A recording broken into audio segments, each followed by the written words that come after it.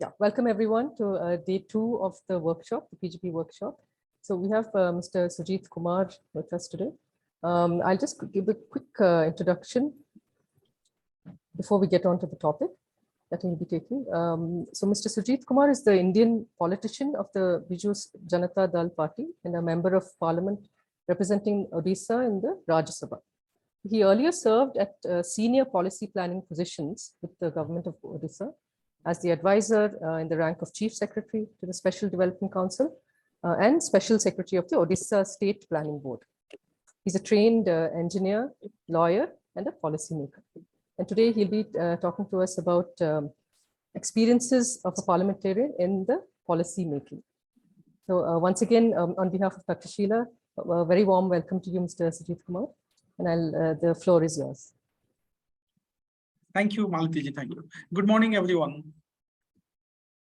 At the outset, let me thank Dr. Sheila for inviting me to interact with you all. I really mean to keep it an interactive session. I don't want it to be a monologue, rather I want it to be a dialogue. And I had specifically asked that I would be speaking for the first couple of minutes, and then I would like to interact and take any queries that you have, and then hear about your experience in the policy space, since all of you are PGP students and interested in public policy. So I'm really keen to understand why this interest in public policy, and how, as a politician, we can learn from you all as well. I'm told that the topic of the workshop is effecting change. So all of you are change makers. I'm glad that there is so much of interest in public policy, because when I completed my engineering, there were only two options. One was to either prepare for the civil service, or rather three actually. One was to either prepare for the civil service, or to prepare for CAT and opt for a career in MBA, or to go for the IT career. And I chose the IT career, and then later on shifted to a legal career, and of course into politics as well. So I've been asked to share my experience as a parliamentarian. So as you all know, we have a parliamentary democracy in this country, and parliament is the highest temple of democracy. We call it the Supreme Panchayat. So if you take a bottom-up approach, then you have the three-tier Panchayati Raj at the grassroots level. Then you have the state assemblies, and then of course you have the parliament, which is bicameral. So you have the two houses, the lower house and the upper house. And the upper house members, as you would all know, are not directly elected by people. So we are indirectly elected. And so sometimes, people, particularly of the lower house, they call us that the upper house is the tyranny of the unelected. But anyway, that's I think, and there has been many debates and discussions about the relevance of the upper house. But anyway, I think except for the money bill, there is hardly any difference between the function of a lower house member and an upper house member, except that a lower house member of parliament represents a particular constituency, a Lok Sabha constituency, and to that extent is more answerable to his or her constituency, because she or he has been directly elected by the people and enjoys the mandate of the constituents. So I think there is a bit more focus on constituency work for a Lok Sabha MP as compared to a Rajya Sabha MP. Now, as you all know, there are clear distinctions and separation of power between the three tiers of the three organs of government. The legislature, represented by the MPs and MLAs at the state level, and of course the the local bodies as well, either the three-tier Panchayati Raj or the urban local bodies. So that's the legislative side, and then you have the executive, including the ministers and the civil servants, the permanent civil service, and then you have the judiciary, which is mandated with interpreting the constitution and interpreting the constitutional sanctity of the laws that are made by the parliament of the state assemblies and the legislative wing. And to have a proper check and balance on the acts of omission and commission of the executive. Now, in theory, there has to be and there should be a proper balance and harmony between the three organs. And in fact, separation of power has been read into the basic structure, of the Indian Constitution. So some of you, those who have legal background, might know that in 1973 we had a landmark judgment that came out of the Supreme Court, the famous Kesavanand Bharti judgment, and the Supreme Court pronounced what is now known as the basic structure of the Constitution. And so we have secularism, parliamentary democracy, federal structure. These are all part of the basic, meaning that they cannot ever be amended by the parliament. And separation of power also separation of power also has been read into basic structure. To many observers, this means that the judiciary wanted to keep its independence, and hence, by extension, independence of judiciary also is read into the basic structure. Now,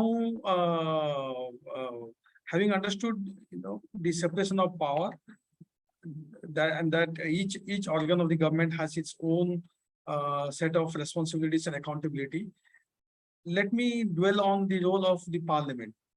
So, as I've told, Parliament is the supreme, law-making body of the Indian democracy. And if I were to summarize the role of a member of Parliament or of the Indian Parliament, it would be primarily the legislative role, which is obvious to everyone, the law-making role, because any law has to be ratified by both the houses of the Parliament, and then goes to the president for her assent, and then becomes an act. So until a piece of legislation is passed by the Parliament, it's not an act. It doesn't have the force of law in this country. And for state laws, of course, the state assemblies. So I'm interchangeably using Parliament. Please, that also would mean state assemblies for the state laws. And as students of public policy, you do know that we have the 7th schedule of the Constitution, which has the 3 lists: the union list, the state list, and the concurrent list. So the Parliament is empowered to make laws on the union list, on the subjects in the union list. The state assemblies are empowered to make laws on the subjects in the state list, and both the Parliament and the state assemblies are jointly capable of making laws in the concurrent list, for the subjects in the concurrent list. So lawmaking is the primary and the supreme task of a member of Parliament. Now, lawmaking happens, of course, on the floor of the House, as you all know, and you probably see it in the media as well, that a bill is introduced by the Honorable Minister. It can be introduced in either the House of the Parliament, except a money bill. A money bill can only be introduced in the Lok Sabha, because a money bill allows the government to draw from the exchequer. Okay, and because the citizens of the country, they are the owners of the exchequer, and the Parliament is only the custodian. So, because the Lok Sabha MPs are elected directly by the people, hence the founding fathers and mothers of the Indian Constitution, they thought it wise that it's apt that only the Lok Sabha is empowered to introduce a money bill and get the money bill passed. Rajya Sabha at best can debate and deliberate on a money bill, but has no and can offer some suggestions. But it is up to the Lok Sabha whether to accept those suggestions or not. And if the Lok Sabha chooses not to accept the suggestions as proposed by Rajya Sabha, then there is nothing the Rajya Sabha can do, and the money bill will be then deemed to have been passed by Rajya Sabha, and will be sent to the president for her assent. So, I mean, a typical money bill, as you all know, in common parlance, is the budget. Okay, so and that is widely followed by the nation. But except for the money bill, other bills can emanate from any of the house, and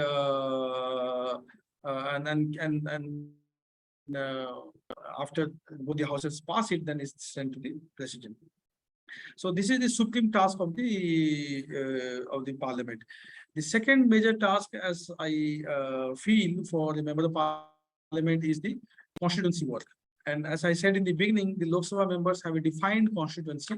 For the Rajya Sabha members, the entire state from which they are elected is the constituency. For instance, I come from Odisha. So I in Odisha has 21 Lok Sabha seats. So there is no particular Lok Sabha constituency, there is no particular constituency for me per se. I represent the entire state of Odisha. Okay, hence Rajya Sabha is also called the Council of States, and Lok Sabha is called the Council of People. Lok Sabha and in Hindi, and Rajya Sabha for the Council of States. Some people also call it the lower house and the upper house. Mind you, there is nowhere in the constitution is the term lower house or the upper house there. Okay, so this is also oftentimes debated. Why is the Rajya Sabha called the upper house? Why is the Lok Sabha called the lower house? I think it germinated or we took it from the British Parliament, where they call the House of Commons the lower house, and the House of Lords the upper house, and that's there in the British Constitution. So I think, given that we took inspiration for our parliamentary democracy from the British institutions, I think people mistakenly use these terms. Also, sometimes the Rajya Sabha is called the House of Elders. Again, nowhere in the Constitution or nowhere in any statute book is the term House of Elder there. So again, my feeling, and I have asked this to many senior parliamentarians, why is the Rajya Sabha called the House of Elders?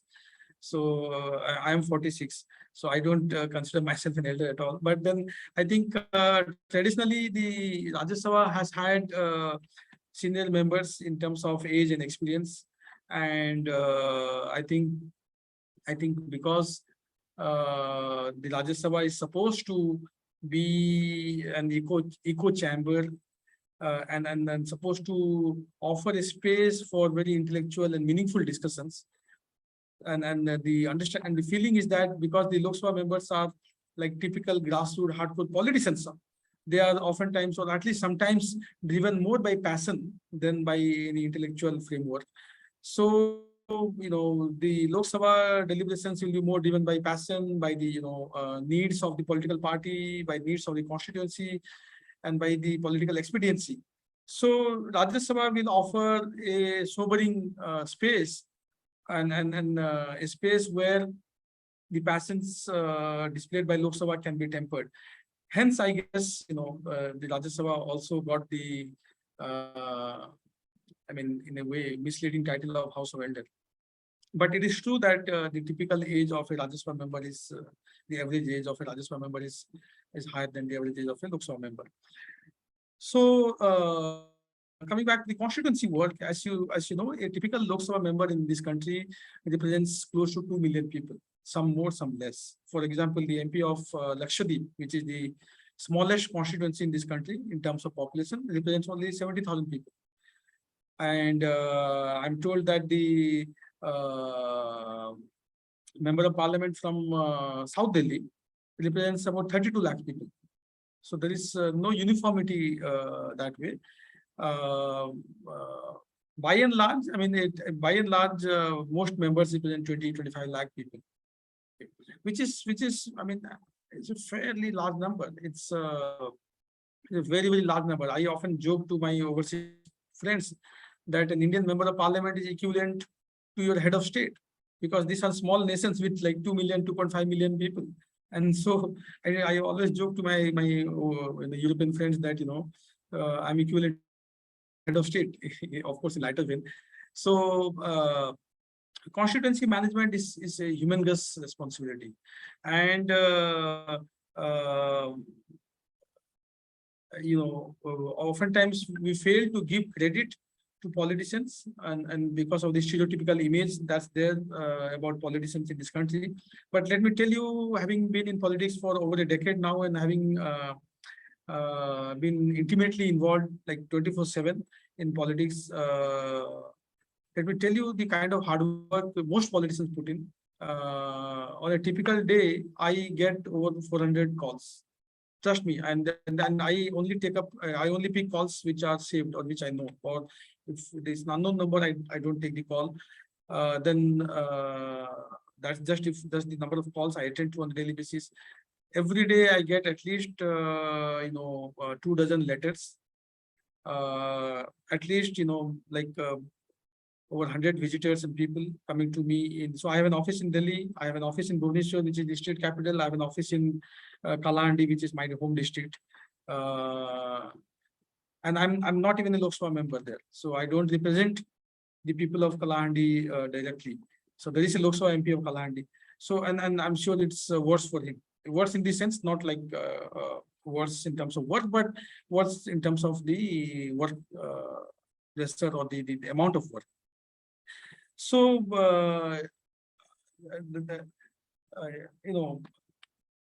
because many times we see that the executive is slow in performing its duty, or the executive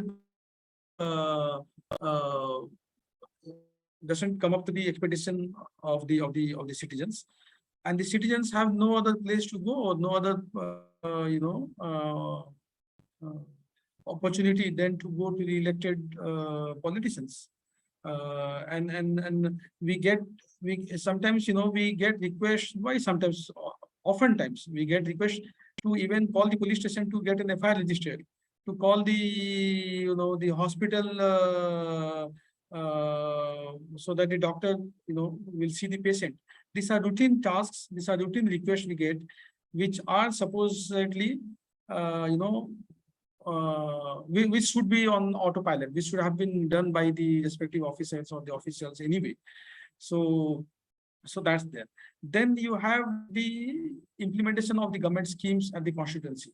So that there are over 120 odd schemes of Government of India, and then equivalent number of schemes of different state governments. And these are developmental schemes. These are infrastructure schemes, projects. So the implementation of these schemes happen at the village, block, or the district level. And as member of parliament, we are supposed to monitor and review the execution of the schemes. So there is something called DISA now. So there's something called DISA meeting, which is chaired by the member of parliament in her constituency. And Rajya Sabha members also have to choose one district in the state from which they are elected as their nodal district. So I have chosen my home district, Kalahandi, as the nodal district. So I chair the DISA meeting in Kalahandi along with the Lok Sabha MP. And these are quarterly meetings. So every line department has to present its work report for the quarter. And these are usually like a half-day long meeting, and really rigorous.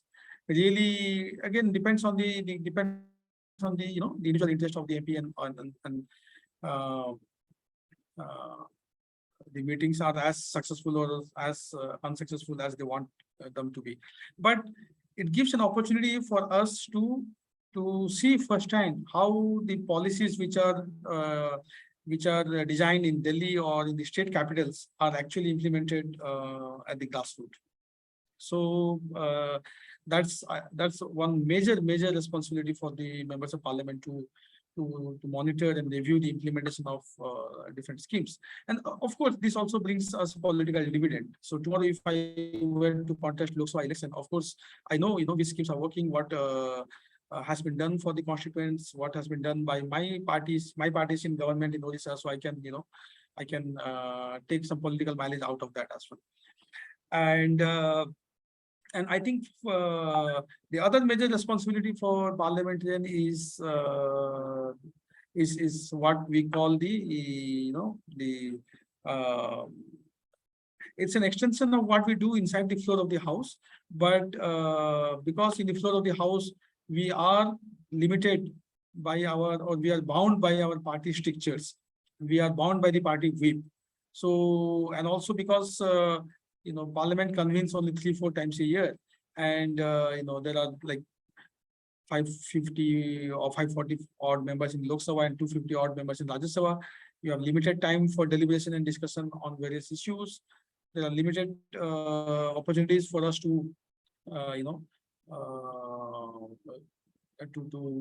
have the executive accountability.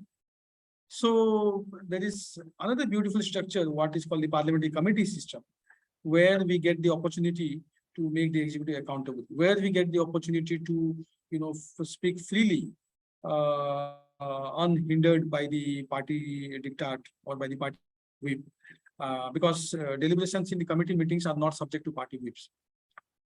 The committee is the place where we can, openly and freely and at length deliberate on issues and bills which are either to be introduced in the parliament or which are already introduced and referred to the committee.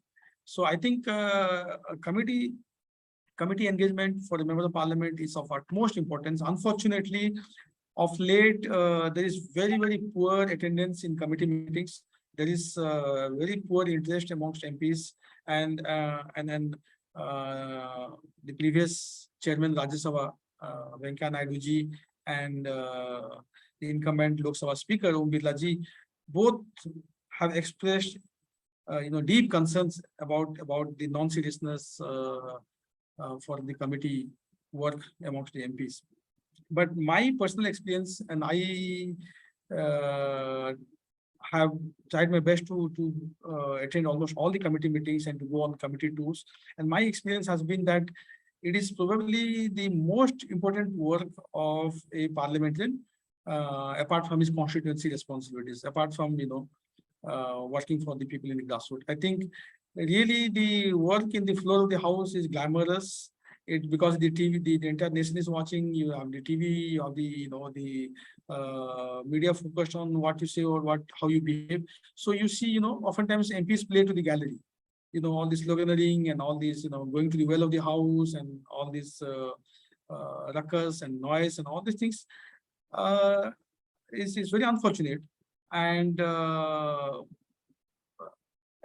oftentimes you are doing it to send a message to your constituents, and very unfortunately, sometimes people see the more noise you make, the more disruptions you do, the better you are thought of as a parliamentarian, which is very unfortunate.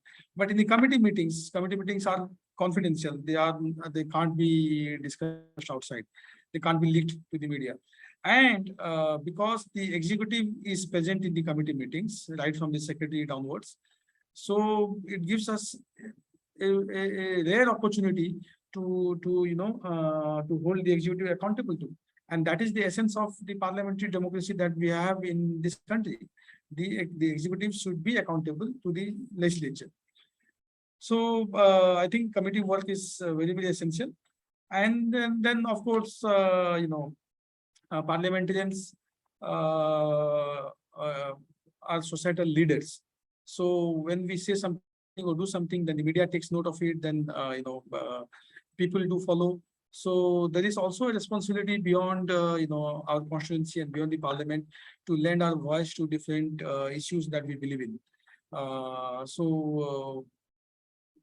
For instance, I'm a huge proponent of for education, particularly primary and secondary education. So I have been speaking about the need to spend more on education.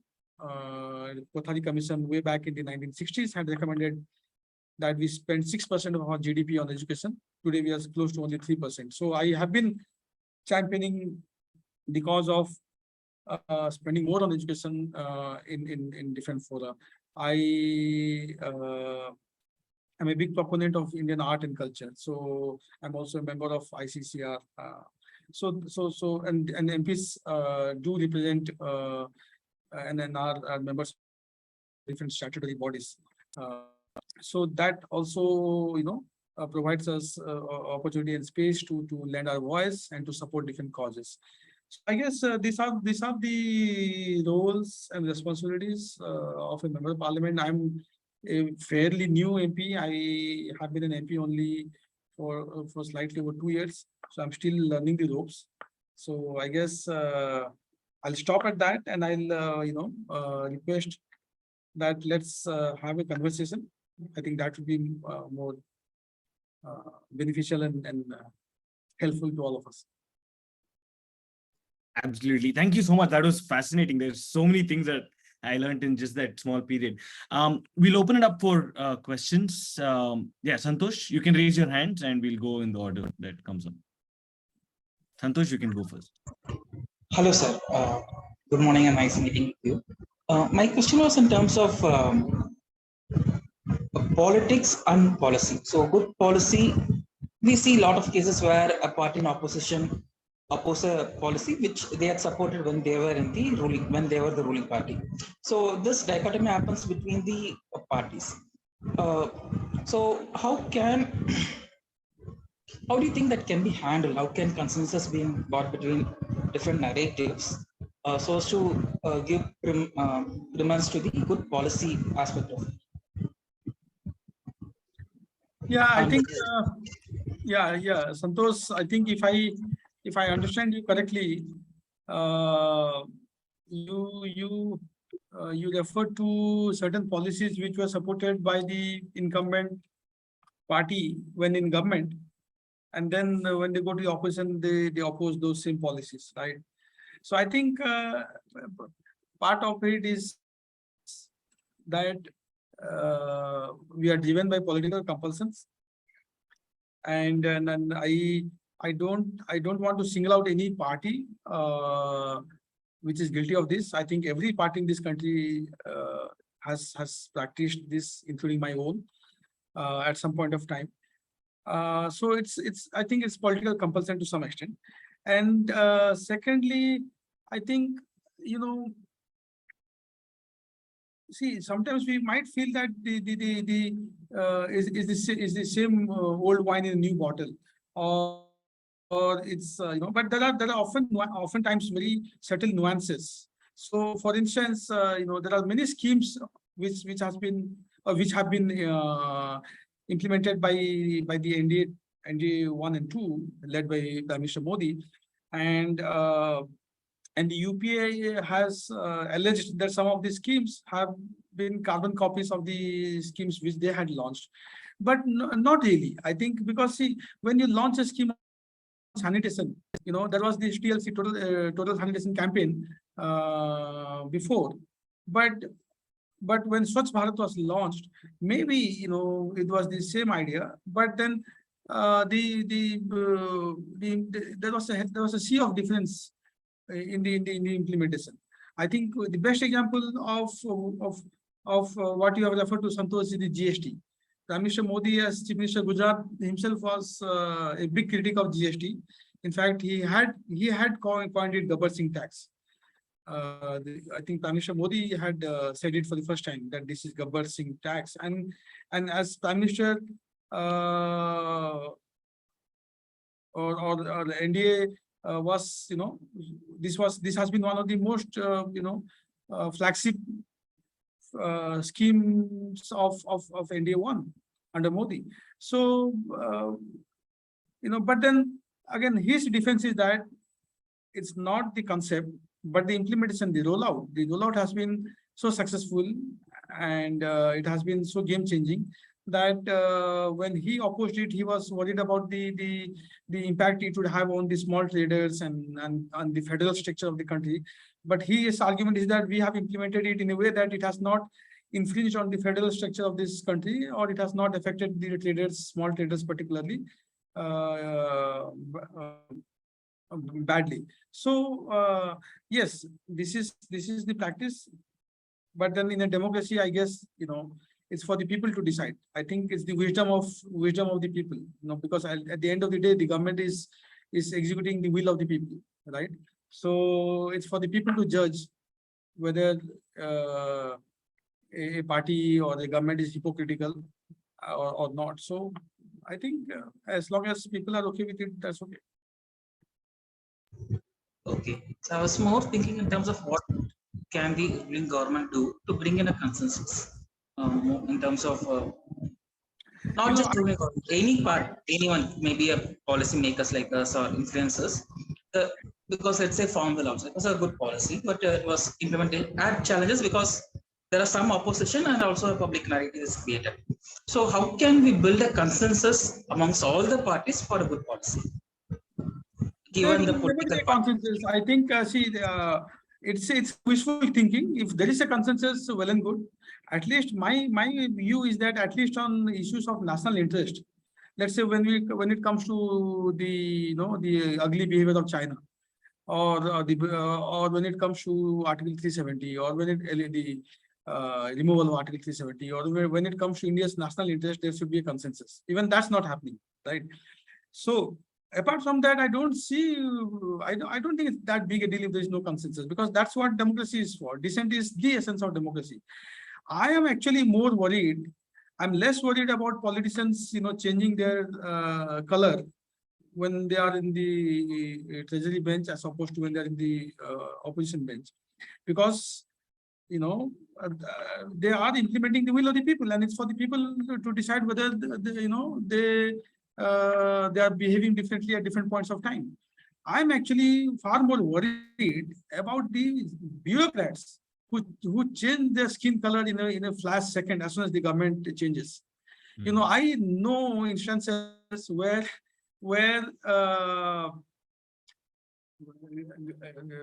senior IAS officers who were gung-ho about certain policies when there was a particular party in power.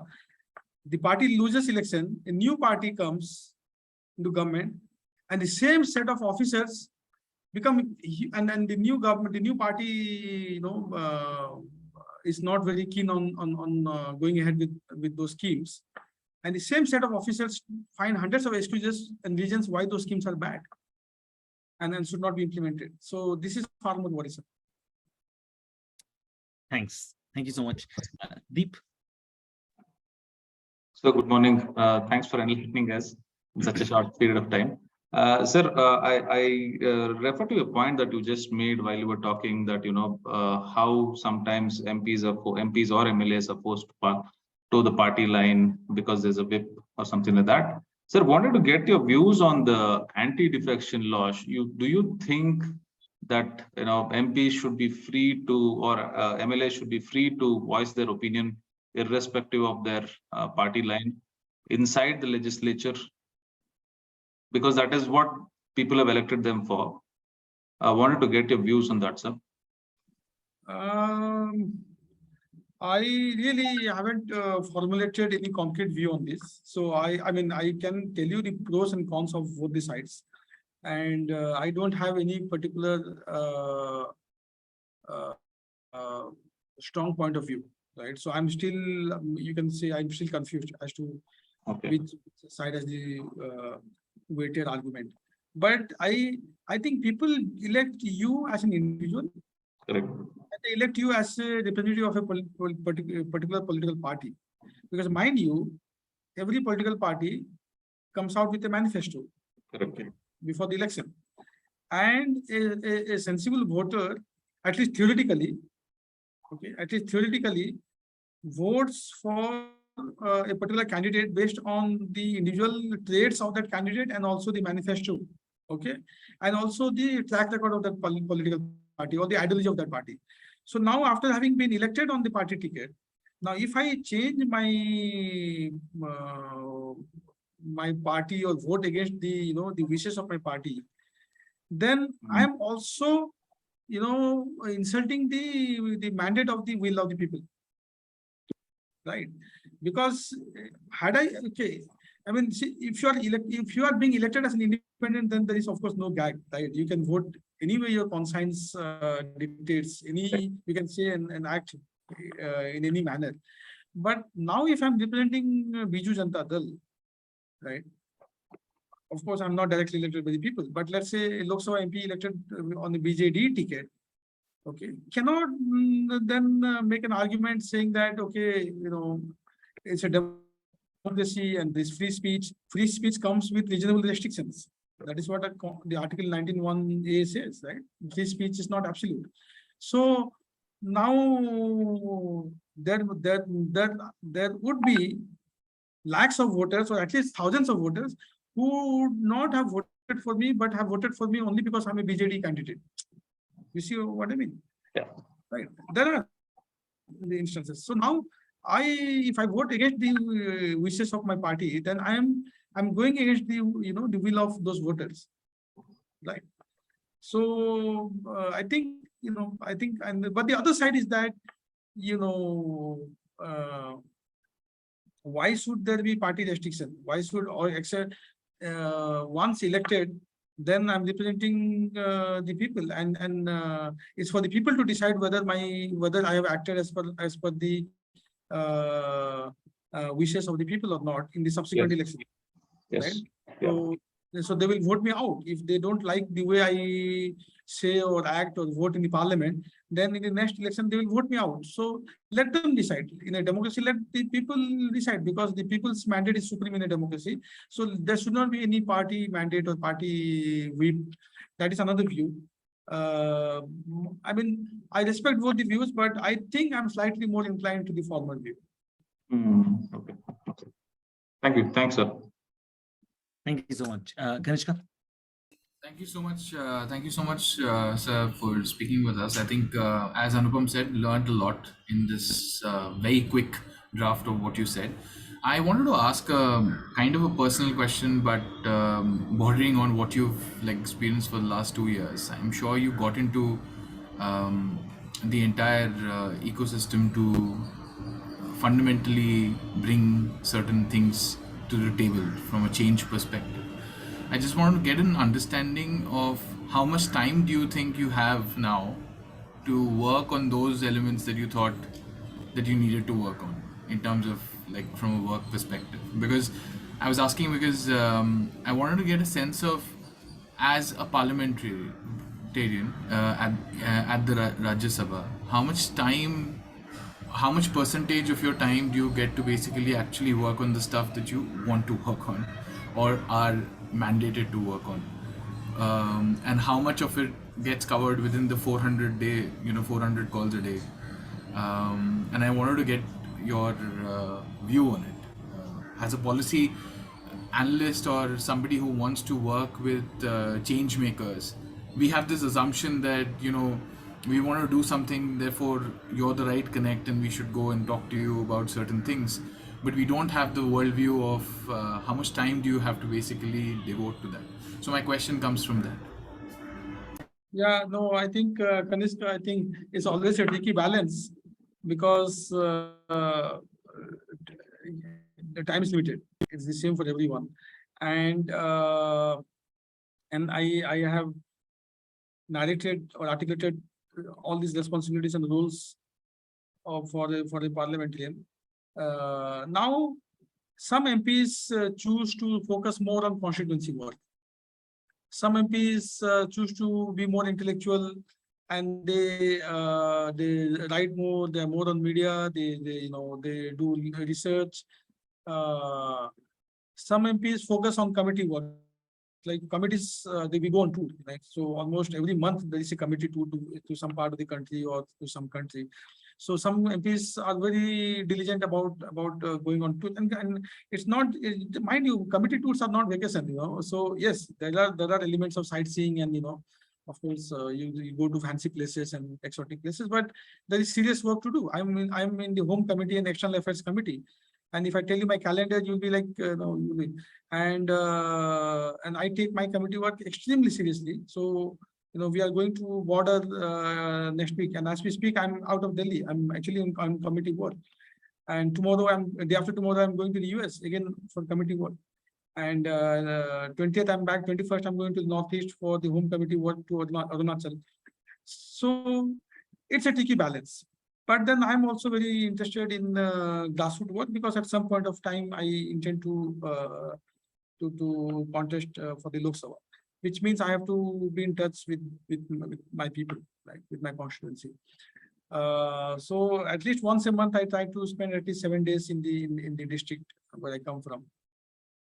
And then when you're in the district, of course, you have people coming and meeting you for various work. Then you have to do party work.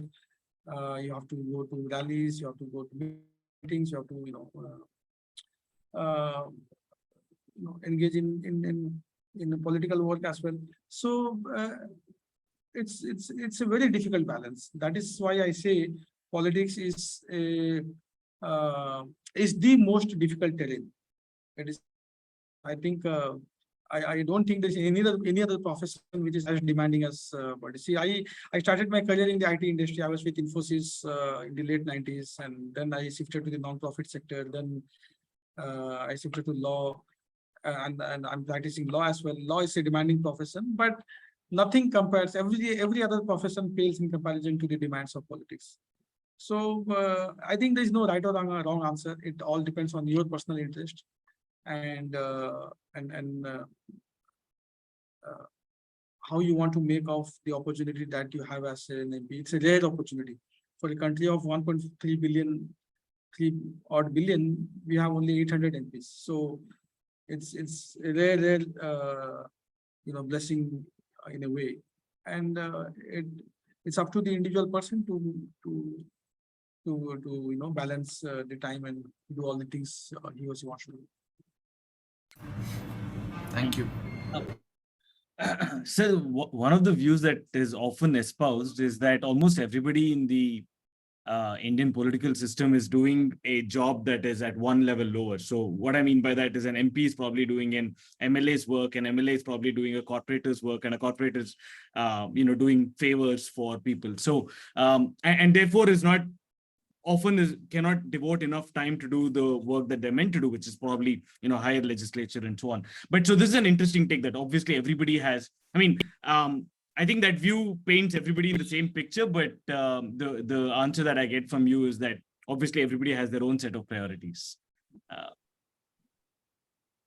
Yeah, so I will respectfully disagree that an MP is or an MP does an MLA's work. See, it's known to everyone what is the role and responsibility of a sarpanch or a corporator or of an MLA or of an MP. What happens sometimes is you might have a non-performing MLA, or you might have it. I agree with you. I mean, when I go to Kalahandi and when I tour the panchayats, people tell me, sir, this tap is not working, or sir, we need a Pradhan Mantri Awas Yojana. These are all the responsibilities and work of a sarpanch. Or sir, I've not got this pension. Giving a pension to an eligible beneficiary or fixing a tap is, I think, is not really the work of an MP. Right? But then you can't say that to the people, to the person. For him, you are the my bap, or you are the person, because if the sarpanch is not listening to her, if she's a 65-year-old widow, or 70-year-old man who is eligible to get the old age pension, and for whatever reason she or he is not getting the pension or not getting the house which is eligible to, or the ration card, or if the street light is not working in that village, and if the sarpanch is not supportive, or if the MLA is not visiting, then they of course will tell you if you are there, because for them everyone is the government, right? Including the sarpanch. If the chief minister goes, they will say the same thing to the chief minister. So I think you at that point of time, I initially often wondered, is this my role? But then the more mature I am becoming, I think yes, that's my role as well, because I'm part of the system, I'm part of them. So I might not, do it myself, but then it's my responsibility to send it to the collector or to the BDO or to, the panchayat executive officer or whoever, right? So that's the state of, that's the, reality. Yeah, understood, sir. Thanks. Arshil? Yeah, good morning, sir. This is Arshil from Guwahati. Thanks a lot for taking out the time from busy schedule to interact with us. Great learning for us. Two quick questions. Firstly, it's regarding the amount of constitutional amendments that we have in India. Compared with the US, that is 240 years old, that's having only 27 amendments. In India, in the last 75 years, we have seen about 105 amendments. So do you think that going ahead, the Constitution of India might become, or in its way, becoming like a proverbial ship of Theseus?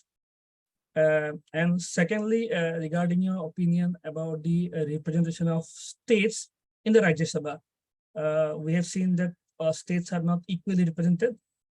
I understand the representation in the Lok Sabha, but when it comes to Rajya Sabha, we still do not follow this model of having equal representation, whereby smaller states, specifically from the northeastern parts, lose out. Right. So, I'd like to know your views on this. Sorry, Arshal, I'm really sorry I didn't get most of your question. So let me try to rephrase and correct me if I have not understood you properly. So basically, you're asking there is insufficient representation of the northeastern states or smaller states in the Rajya Sabha. Yeah. Right. Yes. Is that? Similar to that, what is the should there be some amendment made whereby the states have equal representation in the Rajya Sabha? Similar to the US.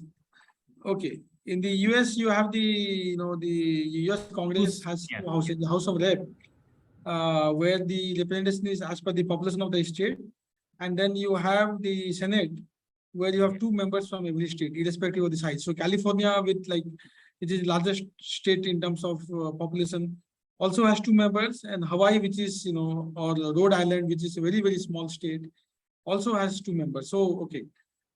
In India, both the Lok Sabha and the Rajya Sabha representation is on the basis of the population of the state. And usually it's 2:1. So usually, because you have 250 odd members in the Rajya Sabha and you have 545 in the Lok Sabha. So roughly the ratio is 2:1 for the states. I think it is fair that it should be on the basis of population. Otherwise, you'll have UP with over 200 million people having same number as Sikkim or Goa with the fraction of its population. So my view is that it should be on the basis of population, not on the and should not be uniform for the states. Yes, every state should have some representation, which I think is there currently, except for I think the union territories. Every state has a member of parliament in the Lok Sabha and the Rajya Sabha. And the union territories, Andaman, Lakshadweep, Chandigarh, Dadra Nagar Haveli, Pondicherry, they all have representation in the Lok Sabha. Okay, so thank you. Thanks a lot. Thanks for sharing your ideas. Thanks for that. Binu? Hi, sir. Thanks for the enlightening session which you have given us. So I think one of the questions which Arshal asked, the same question I'm going to ask you on the constitution amendment which is happening quite rampant in India. So what Arshal has asked is on the US side for the last 200 years, there have been very less constitution amendments like 2024 amendment which has happened. And in India, it's happening quite rampant. Means every year there's an amendment which is coming in. And right now we are in 105th amendment, which is 105 amendments have taken place. That was the one question which is missed out by Arshal, which I think we missed out. The second question I want to ask is on when you have been elected as an MP, you are coming from a state, right? So do you have any competition between us within different states to enhance some parameters with respect to your policies? Maybe you just work on those policies so that your state gets some amount of leverage to enhance their parameters. The second query, I got the first one, and then the second one was, do we have any competition with the BJP ruled states? No, not BJP rule. So if I say right of education, see, if Kerala is at number 1 and Odisha at number 7 or number 8, do you have any do you work on those policies where you make sure that there's some parameter jump with respect to Odisha Oh, yes. as a MP. So Okay. that yeah, is yeah. right. Okay. So to go back to your first question, Mr. George, yes, I think the Constitution is getting far more amendment these days, and that is largely because of the poor quality of drafting of the bills and the poor debates, the poor quality of debate that you see in the Parliament nowadays. Hardly there are very few debates happening. Most of the bills are getting passed in din or disruption amidst noise and when we were growing up, we used to see such quality debates, and you had like such veteran parliamentarians, and you learned a lot. And I really feel sad that there's hardly that opportunity now. And even the bills that are getting, in fact, I had raised this while discussing the Arbitration Amendment Act. This is the 5th amendment for the Arbitration Amendment Act in the last 5 years. So, you know, every year if you have to amend a law, then what kind of law was drafted in the first place, right?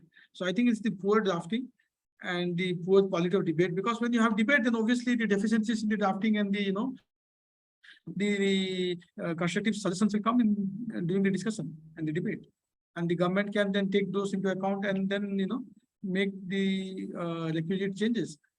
But if you pass the laws without adequate debate, then this is bound to happen.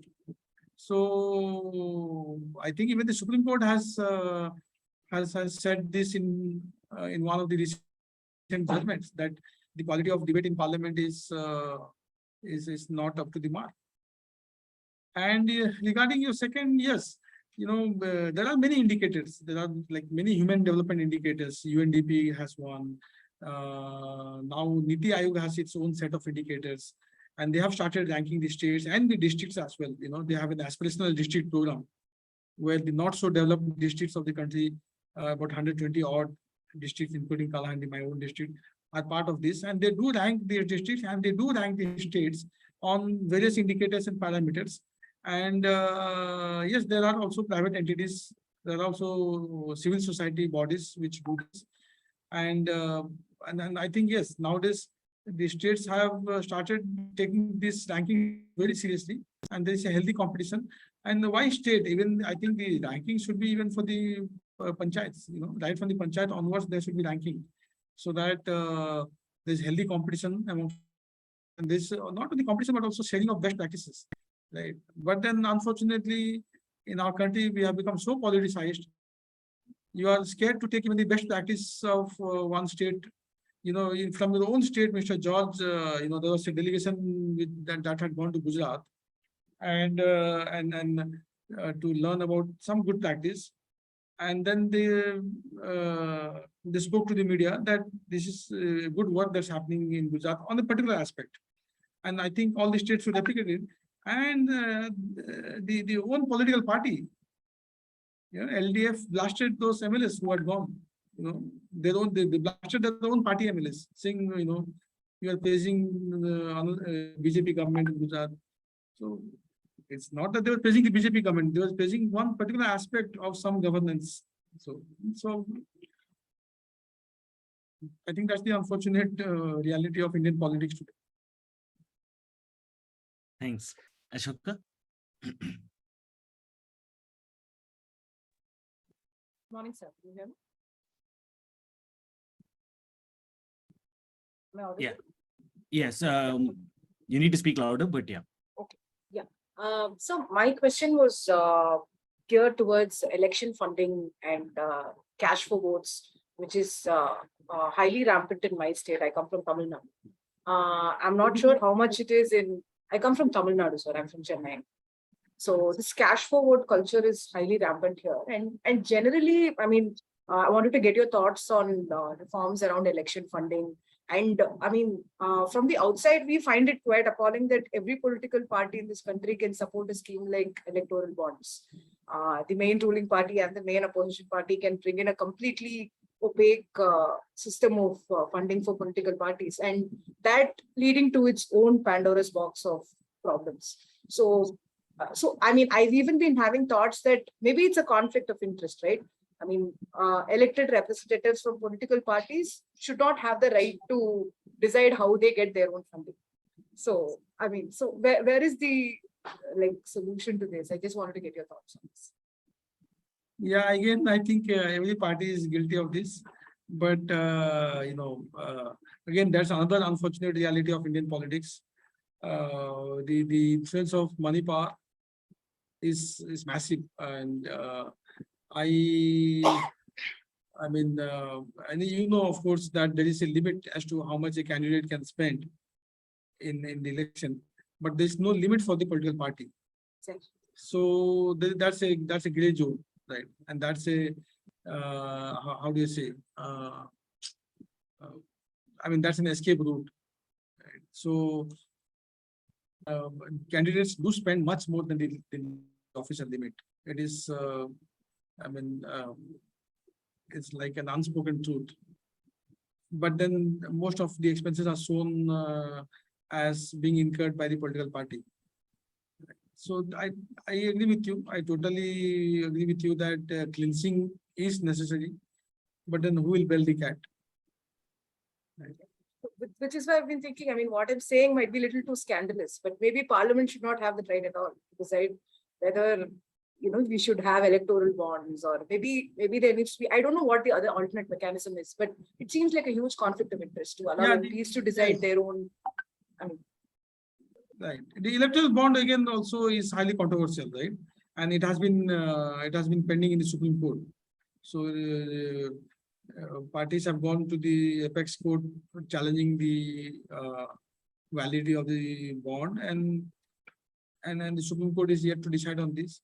I really don't have an answer to this. All I can say is that yes, cleansing is necessary, but as I say, every party is guilty of this. So I think it's like a marriage of convenience. Yeah. Thank you, sir. Thank you for being very candid. Yeah, thank you. So we'll just take 2 more questions. If that's okay, we'll attempt to end at 10:15. That's about 7 minutes. So Ansuya, and then Vandana, and that'll be. Hi, sir. My question is that there's a perennial conundrum within media conversations on how a politician should be perceived, whether we should look at them as people who are doing public service or who are being benevolent to the public, or they are like all of us are self-interested people because they have also their stakes to win the next election and other things. So I just want to know from a politician's point of view, how do you think people should start looking at politician? Yeah. Anusha, start looking at us as you would look at any other human being. Right? Yeah. So we are human beings. We are members of the same society that you come from. So yes, I mean, it's a profession at the end of the day. It's a profession. It's a calling. I mean, some people say no, it's a calling. It's a passion. It's not my real profession. But then, it might be a passion. But at the end of the day, it's something. I spend so many hours, let's say 12 hours or 14 hours a day in political work. So that makes it a profession for me. Now, there are good elements and bad elements everywhere. So I mean, I don't think, it's fair to single out politicians or the political class for any misdeed. Yes, there are bad apples, but then there are bad apples in the judiciary, in the civil service, in the business world, in civil society, pretty much everywhere. Now, what happens is because the politicians are public figures and they are very much in the media and they are often, seen, their misdeeds are oftentimes much more amplified. Okay, which I'm not condoning. I'm not condoning because as public figures or as role models of society, we have far more accountability and responsibility to behave well. I totally agree with you. totally agree with you, because because the society is looking at us as role models. But I think, again, see, at the end of the day, it's a vehicle. I mean, I think it's a platform to do what you wish to do. If you want to do public service, if you want to exhibit your leadership skill, if you want to, contribute to nation building, or help in drafting good legislations, then this is the best platform. How else can you do all these things? You tell me. Yeah. So I have worked in the civil society. I know the challenges of working for an NGO or even for effecting change as a small NGO. It's extremely difficult, because at the end of the day, we end up cleaning the mess which is there in the society, and oftentimes created by the politicians or by the policymakers. So, why? So my thought is, why should I not get into it myself and then help, effecting change from the source itself, rather than working for a small community in a small geography and then making limited changes, right? So I don't know. I mean, it's a very convoluted answer to. Yeah, but I get it. Thank you so much. Vandana? Hi, sir. Sir, as Asoka mentioned about the funding part, so I would like to hear your views that state funding for the elections can solve our majority of the political problems. What are your views on that? And second question is that you also mentioned that one of our parliamentarian is accountable to on an average 25 lakh of population. That is almost equal to many of the small countries. So what do you feel, that do you get enough funds to work in your constituency, and do you get enough support to have enough support staff in your backend office to work for the constituency? Not really, no. So see, do you know how much does an Indian parliamentarian get? I mean, how much do we get as a member of parliament? I think approximately 2 crore for a year. No, okay. So, well, that is the MP LAD. What you're talking about is the member of parliament, local area development fund, MP LAD. So that is 5 crore per year. Okay. And then that's not the only fund that we have at our disposal. There are other funds also, no, I'm talking of the salary, the perks, or the office support expense that we get. So it's a pretense. It's really much less than what we should get given the kind of work we do. And that also is part of the reason why we have corruption. So because of the extremely pathetic pay and allowances that we get, is virtually impossible. That will not even cover my cost of serving tea for a month. My salary will not be adequate enough to serve tea to the number of people that come to meet me every month. Forget about making a living. So no wonder people indulge in other things. I have my profession, my legal profession, to take care of that. So I think yes, MPs do need to indulge. Singapore, for instance, Singapore pays 50 times more than what Indian MPs get, even taking into account the PPP, purchasing power parity. So that is one, I think, change but the moment there is a hike in salary for the MPs, the whole media and the public, oh, this bloody bunch of MPs, good for nothing people raising their own salary. That's the common refrain. So I think to start with, yes, the salary should be significantly hiked. So I mean, that hike can also possible. Directly, not for the salary head, that can be hiked for the office. Yeah, office, of course. I mean, everything is interrelated. Everything related. So constituency allowance, office allowance, we get is 20,000 rupees. We get 40,000 rupees to hire a PA. And then which office can run on 20,000 in this day and age, you tell me. Yeah. And I have 3 offices. So anyway, and then even the MP lad for 5 crore is too less for the MP. And I mean, MP representing 25 odd lakh people, 6 to 7 assembly constituencies, 400 odd panchayats. It's extremely, because everywhere you go, people have expectation that you will build a community hall, you will build a playground, you will repair a classroom, you will give funds for an additional health center. You'll give funds for street lighting, you'll build a road there. So 5 crore is too less. I think that also needs to be hiked. I think the last hike was in 2003 or I'm not sure, but it is long overdue. It should be at least 25 crore in my view, the MP lag. Okay. And then your first question was regarding the state funding of election. Yes. Can it solve majority of the political problems? No. I mean, it's a good intent. It's a good suggestion, but how do you implement it? I think it's really not doable.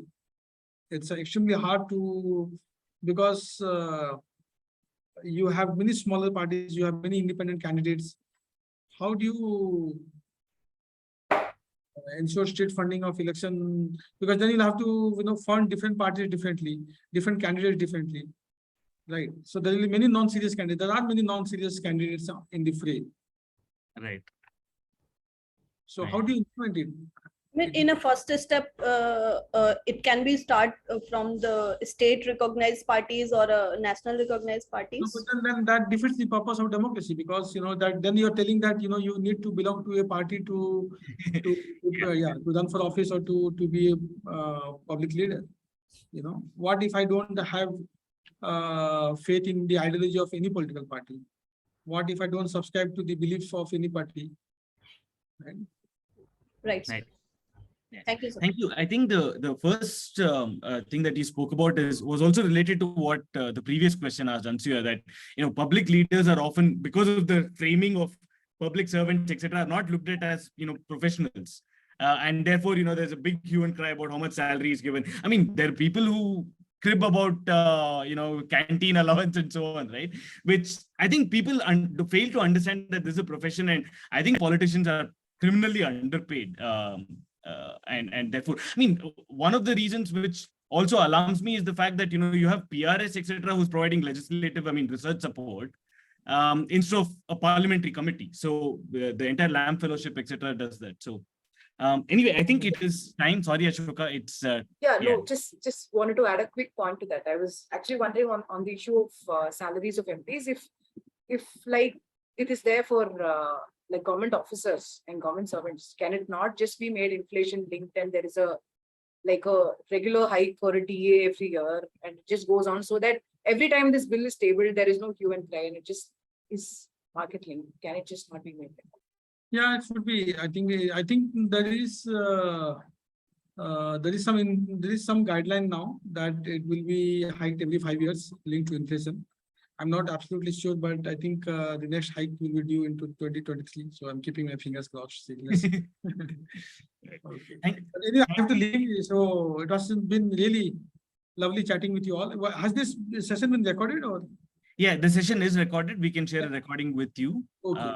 If you would like that. So we can do that. And would it also be okay to just share a screenshot on social media?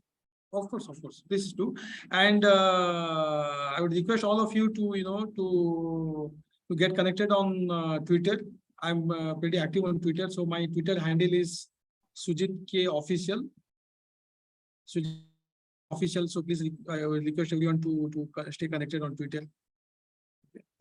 Yes, sir. Thank you so much. This was absolutely wonderful to hear from you, and it was extremely candid, which we really appreciate. I don't think we've ever had this opportunity to get a first-hand kind of account of how it is to work in Parliament and so on. So for us, this was a wonderful experience. So thank you so much. I don't think I know how busy you are. I mean, this is not just a normal line. As you mentioned, for amongst the 400 calls, you also made time for this. So we're extremely grateful. Thank you, and good luck with everything, sir, from our side. Thank you. Good luck to all of you. Okay, just a quick introduction.